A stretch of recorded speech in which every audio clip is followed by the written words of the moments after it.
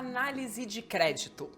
Essa é uma aula que eu vou explicar para você alguns conceitos básicos, digamos, de contabilidade, mas não se preocupe, não vamos entrar muito a fundo, não é uma aula financeira propriamente dita, é mais para dividir com você alguns pontos sensíveis que são justamente considerados pela seguradora e que ao longo, da sua experiência e etc., a ideia é que você ao longo dessa experiência, quando você conseguir, pegar um balanço, por exemplo, patrimonial de um cliente, você não fique completamente perdido e consiga justamente identificar dentro daquele balanço patrimonial, daquele demonstrativo de resultados, quais são justamente os pontos sensíveis que a seguradora também vai olhar. Então, por exemplo, eu mesmo hoje em dia já bato o olho, num balanço, já sei ir para judicial, esse aqui a gente não vai conseguir, ou a gente vai conseguir. Então é isso, tá? Essa é a intenção, digamos, é claro, não é que você faça a subscrição, literalmente, cálculo de liquidez, aquela coisa toda, muito pelo contrário, é que você entenda justamente qual é o pensamento da seguradora por trás quando ela exige ou analisa, cada um desses pontos, tá? Então falaremos agora sobre os parâmetros das seguradoras, sobre a importância da estrutura societária, que eu já falei um pouco lá no módulo 1, mas enfim, vamos entrar mais a fundo nessa questão agora, tá? Falaremos sobre análise de balanço, falaremos sobre análise de DRE e como defender um caso.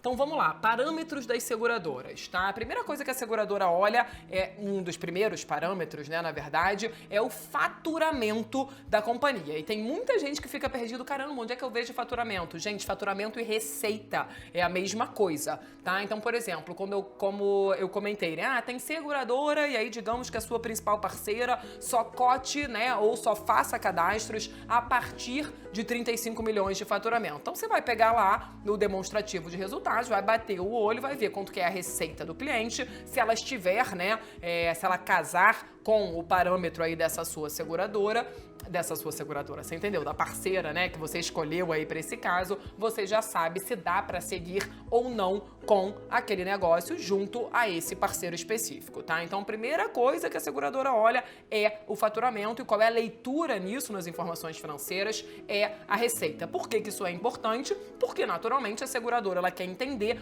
qual é o porte, daquela companhia e até para entender se uma eventual demanda é proporcional ao tamanho daquela empresa. Então, digamos que uma empresa, eu estou faturando R$1 milhão por ano, enfim, uma empresa pequena e surgiu aqui um contrato e eu vou precisar de uma garantia de 100 milhões. Óbvio que eu tô dando um exemplo esdrúxulo, mas só para você entender. A seguradora vai aprovar isso ou não vai? Claro que não, gente? É uma demanda que é muito além do porte daquela companhia. Lembrando que é claro que as informações financeiras não são as únicas variáveis, que a seguradora analisa nesse ponto, muito pelo contrário, principalmente se for, lembra, uma garantia tradicional, ela também vai analisar o backlog e mil outras questões, mas é muito importante esse alinhamento, entre o tamanho da demanda, digamos, que vem e tamanho da empresa, tá? Então, primeira coisa é o faturamento, receita e receita operacional líquida, tá?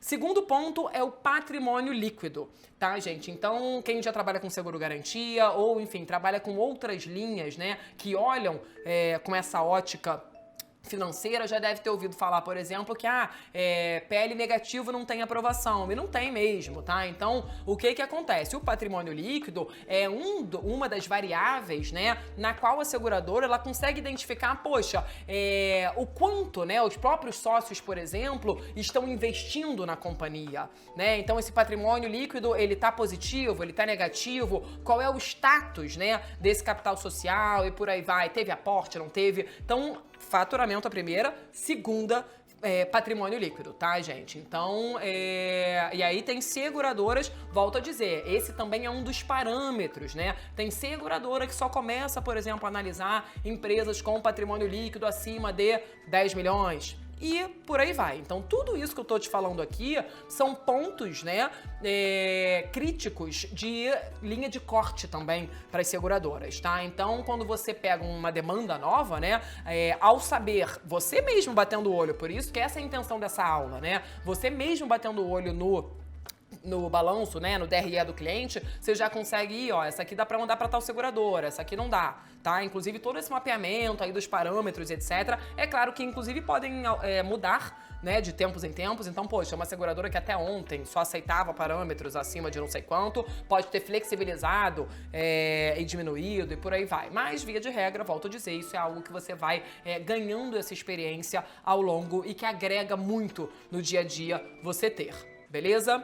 Mais uma coisa que a seguradora analisa são os índices de liquidez. E volto a dizer, não vai ficar você aí com a sua HP, né, fazendo conta de índice de liquidez e por aí vai. Quem faz essa conta é a empresa. Mas por que a seguradora ela tá preocupada, né, com esse índice de liquidez do cliente? E aí é lógico, volto a dizer, tudo é um conjunto de análise, né? Então, poxa, é um cliente que, por exemplo, a demanda principal dele são garantias judiciais, isso significa que ele precisa ter caixa, né? Ele precisa ter, de fato, essa liquidez muito mais alta, muito mais ativa. Por quê? Porque se esse cara perder um processo amanhã, ele vai ter 48 horas para depositar, ele tem essa grana em caixa? É esse tipo de situação que a seguradora analisa. Ou, poxa, é um cara que pode ter uma liquidez um pouco mais baixa, porque eu tô falando aqui de emissões pura e simplesmente tradicionais, que já tem aí um prazo de indenização, se for o caso, de 30 dias, já é uma coisa um pouco mais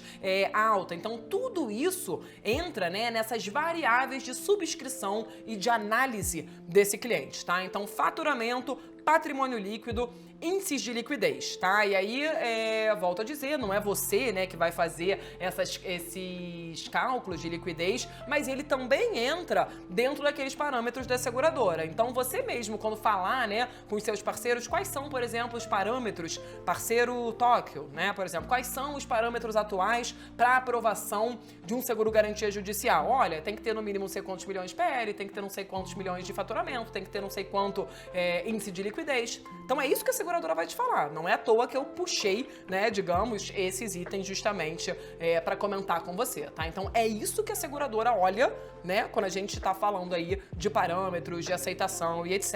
E é claro que o olhar dela também vai para o tipo de demanda que o cliente vai ter. Ah, é um cliente que vai demandar só judicial, é um cliente que vai demandar só garantia tradicional. Esse parâmetro ele também muda, tá?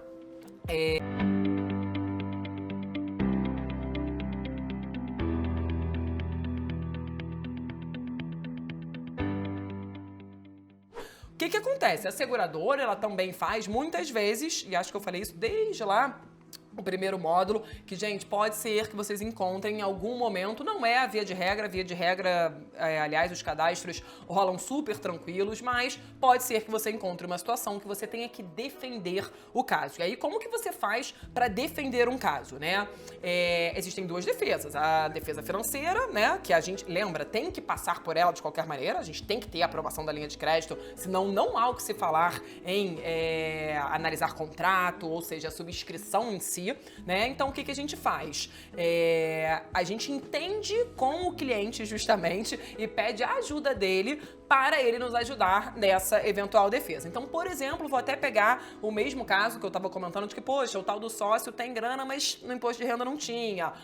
No final das contas, como é que foi resolvido esse caso? Eles tinham um prédio, né, que, enfim, acabou colocando em alienação fiduciária como uma garantia real. Mas para você ver, a gente analisou todos os acionistas, né, nesse caso específico que eu estou usando como exemplo.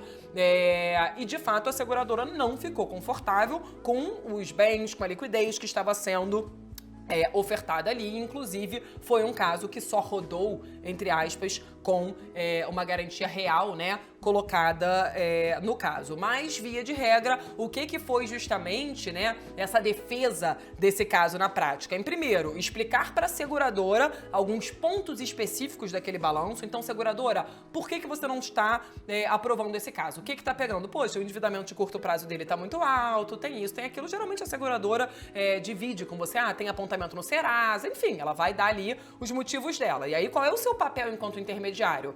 cliente, me ajuda a justamente explicar esse ponto aqui. E muitas vezes o cliente, ele sabe te dar uma explicação, ele conhece muito mais o business dele do que você, né? Não, realmente esse endividamento de curto prazo, mas eu já tenho, por exemplo, uma reunião na semana que vem com esse banco X e esse Y para justamente renegociar essa dívida. Eu tenho um aporte de capital vindo do sócio X que vai chegar no dia 20. Enfim, ele que explique, né, naturalmente, a situação dele pra gente explicar pra seguradora pra tentar rodar e aprovar o limite de crédito. Sobre a demanda em si, a mesma coisa. Poxa, por exemplo, esse endividamento está muito alto, mas tá lá na nota explicativa, por exemplo, do balanço, que ele justamente se endividou em não sei quantos milhões, porque era para construir o barco que ele precisava para prestar esse serviço. Então, assim, depende. A gente tem que explicar, né, para a seguradora, e não somos nós, puro e simples, corretor que tem ali, poxa, uma bola de cristal que vai saber o que dizer para a seguradora. Muito pelo contrário.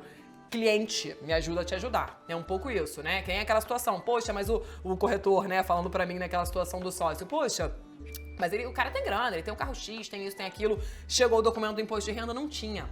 Então não adianta ele me dizer, né, eu preciso daquela comprovação. Ah, não, mas veja bem, então calma, porque a gente tem uma holding que tem grana, que tem isso, tem aquilo, beleza. Então, volto a dizer, show me the money. Quando a gente tá falando de um problema de linha de crédito, tá? Principalmente. Aí, quando a gente entra também em relação à subscrição do contrato, a mesma coisa, né? A seguradora, ela pode ter aprovado a linha de crédito e não ficar confortável com o objeto contratual. Não, esse tipo de obra eu não cubro, por exemplo, tá? Então, são dois momentos, né? E aí, tudo vai depender, é óbvio, do problema que a gente tá tendo. Eu citei aqui alguns exemplos de endividamento, prejuízo acumulado também é muito comum. Poxa, eu não consigo aprovar uma linha de crédito porque, olha aqui esse prejuízo acumulado. Cliente, o que você pretende fazer em relação a esses prejuízos acumulados? Principalmente se você está falando com o diretor financeiro e etc. Esses caras têm essas respostas na ponta da língua. Então, a seguradora, ela faz essa análise de crédito, mas é uma coisa meio fria. Ela tira uma foto de como está o balanço ali, né? Olha ali os parâmetros internos, o checklist dela e dá ou não o limite que você precisa. Agora, do lado contrário, você também precisa ajudá-la, né, a entender algumas questões ou fornecer informações complementares e por aí vai, tá, gente? Então, assim, essa aula, ela é muito importante para você entender a importância dessa análise de crédito, né, e do porquê que a seguradora olha cada uma dessas variáveis na lupa. Mas é claro que para você ter esse conhecimento, e como eu disse, isso vai te ajudar no dia a dia, com esse filtro, com esse feeling, mas não necessariamente é você que vai fazer essa análise de crédito, muito pelo contrário. Agora você só está mais a par do que, tecnicamente, a seguradora olha quando faz essa análise de crédito. Então, bora para a próxima.